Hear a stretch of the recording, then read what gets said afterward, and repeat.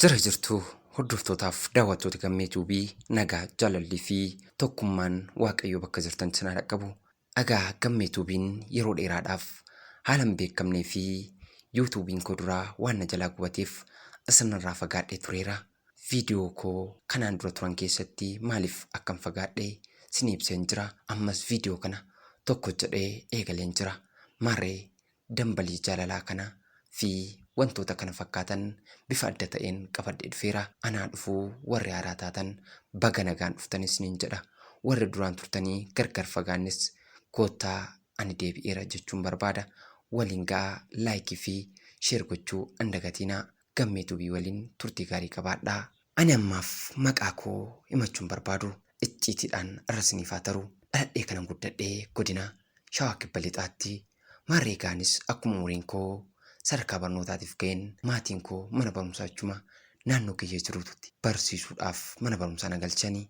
Anis barnoota koo hordofaa gaafan kutaa 8 ga'u mucaa baay'ee bifaan bareedaa fi amala qabeessi tokko gaaffii jaalanaaf dhiyeesse. Anis baay'ee waan natti toluuf mucaan sun duraanuu tole jedheen gaaffii jaalalasaa irraa fudhadhee. Sana boodas egaa maatiin koo harka qalleessa waan ta'aniif na barsiisuu hin dandeenye. Seenaan yookiin imalliin ani barnoota waliin qabu hanga kutaa 8 boodaa na milkaa'uu hin dandeenye. Hiyyummaa kana keessaa ofii fi maatii koo baasuudhaafis humna hin qabu kana fayyadamee dalagadhee jijjiirrachuu waan ta'eef gara biyya ambaatti imaluun barbaade.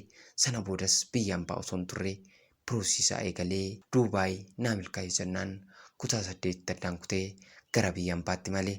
Sana boodas akkan biyya ambaa gaheen jaalallee koo kana dubbisuu hin danda'u. Sababni isaas haati naqaa jiratte sun nam tokko qofaaf akkan bilbiluu naa eeyyamte. Nam tokko ani bilbiluu danda'u kun immoo maatii koo qofa waan ta'eef hariyyaa koo kanarraa fagaachuun dirqama natti ta'e.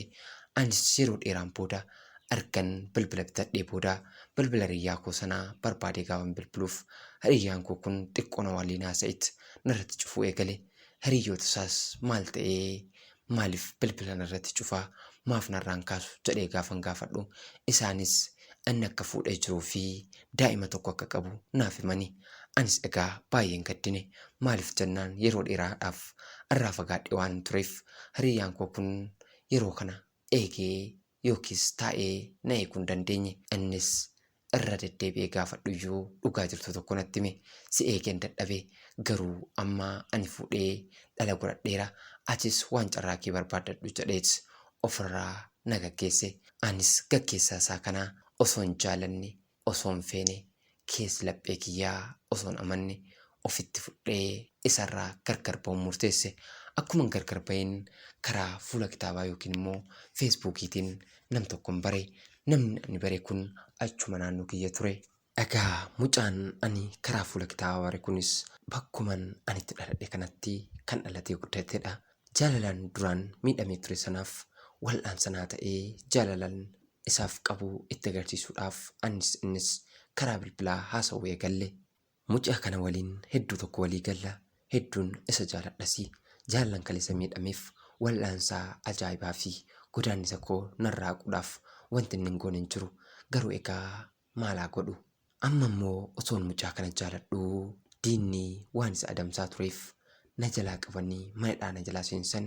Anis maatii mucaa kana keessaa nama 2 qofan beeka. Gaafan isaaniif bilbilee isaan gaafadhuu nutti agarsiisuu didan naan jedhanii. Egaa homaa gochuu hin dandeenye. Onneen koo kaleessaa jaalalaaf dhiphachaa turtee har'aa boqottee jirti jedhee osoo yaaduu ammas dararii lammaffaa seente. Amma egaa wanti nani daawwattoota gammee tuubii gaafadhuu rabbiin koo akkanaaf baasuu fi mucaan kun nagaa ta'ee jaalalaan isa jaaladhuuf akkanaa bahee isa arguuf rabbii keessan naaf kadhadhaa. Anis yaa hiriyyaa koo sirbaa maqaa weellisichaa wallaalus onnee koo na darartee kan jedhu tokko si affeereen jira. Naa dhaga'uu baattus onneen kee ni dhageessi jedhee yaada. Onneen egaa keessumaa wal dheebutti dheebus keessumaa wal baafti. Kanaaf atis akka na yaaddu nan beeka. Anis hedduu tokko si yaada. Si yaaduu qofa miti. Irriba akkana dhoowwaa jirtu asumaan sitti himachuun barbaada. Waaqni uumaa si baasee walitti nu deebisee jaalala halaala teenyee dhandhamnu kana mana tokko keessa teenyee waliin akka soorannu abdiin qaba. rabbiinis nu haa agarsiisu. Jaalallee fi hiriyyaa kee baay'ees jaalattu Duubaa irraati. Hiriyyaa koo baay'ee jaaladhuu fi har'aa mana hidhaa yookiin gaashiree kan jiru sabaafanidha. Naaf yaada qabdu nagaatti nagaatti sin jaaladha. Tole obboleettii keenya seenaa kee waan nu qooddeef guddaa galatoomii jechaa daawwattoonni Gammee Tuubii fi hordoftoonni dambalii jaalalaa obboleettii keenya kanaaf akka rabbiin ishiidhaa baasee hiriyyaa ishii kana argattu kadhadhaafin isiniin jedha. Yaa obboleettii koo jaalala har'a hagabduu yookiin dheebuttee jirtu kana osoo dheebuu isaan bahin waaqni sin hanqisin sin jedha. Garuu wanta ati beekuu qabdu tokko jira. Addunyaa kanarratti waa lama eeguun dirqama. Gaarii fi yaraa. Gaariin gaafa dhufe yaraanis akka jiru tilmaamaa deebuun bareeda. Maaliif jennaan gaafa gaarii qofa yaanne yaraan akka hin jirre yoo wallaalle gaafa yaraan dhufuu yaraa sana dandamanne yookiin rakkina sana dandamanne keessa darbuun nutti ulfaata waan ta'eef kanaaf atis hiriyyaan kee kun sii bahaa yoo tures waan rabbii waan ta'eef rabbii kee yookiin waaqa uumaa kee kadhachuun faloo tokko jedheen itti amana. Kanaaf immoo ati akkasittuu dhiphachuu qabda osoo hin taane fala akkamiitiin akka hiriyyaa kee kana argachuu dandeessuu fi mala akkamiitiinis akka qe'ee sanaa bahuu danda'u yoo dandeesse isa gargaaruudha malee jaalala qofaan dhiphachuun siif bu'aa isaafillee faayidaan fidu jedhee yaada. Kanaaf waan rabbiin kee godhuun beekamuutii ati yeroo kamiyyuu taanaan dhiphachuu hin qabdu. Yaadni kiyyaa kana fakkaata. Har'aaf xumureera. Dambalii jaalalaa yeroo kamuu nu erguu yoo barbaaddan gama waatsaappii yookiin telegiraamii Duwwaa 922 49 78 86 Gammee Tube jettanii keessaan na dubbisuu dandeessu.